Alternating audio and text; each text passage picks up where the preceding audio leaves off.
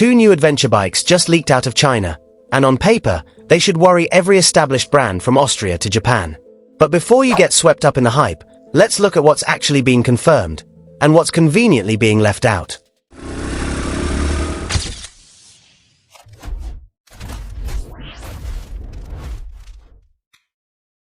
First, the Kove 660X. Leaked Chinese type approval documents reveal this as the successor to the 625X, a parallel twin adventure bike that, frankly, barely made it to most export markets in the first place. And here's where it gets interesting. Despite the name, the 625X was never actually 625cc. It's a 581cc twin. The new 660X, also not 660cc. It's actually 626cc, thanks to a modest 2mm bore increase. Power climbs from 46 to 49 kilowatts, a mild bump, not a leap. Weight drops just 3 kilograms, down to 236 with luggage fitted. Chassis and styling are completely unchanged.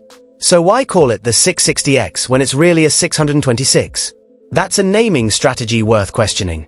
Bigger numbers sell better, even when the engineering behind them is incremental at best. Now to ZXMoto, a brand moving even faster.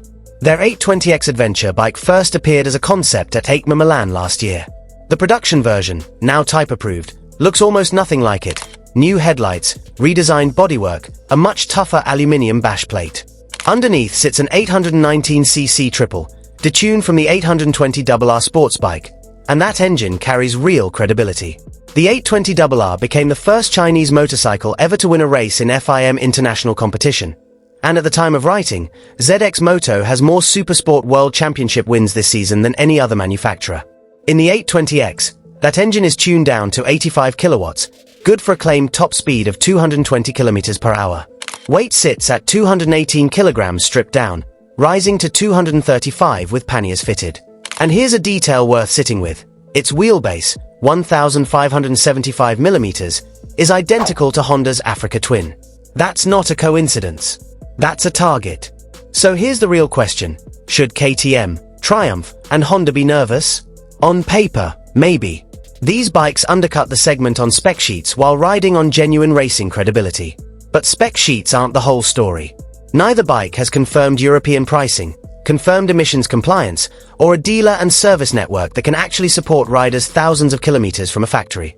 Chinese manufacturers also tend to update specs mid-cycle, without warning, outside the model year cadence Western buyers are used to. That's efficient, but it also makes it harder to know exactly what you're buying, and when it might quietly change. And both of these machines are still months away from a global unveiling, expected at EICMA in November, with China's own CIMA show likely coming first.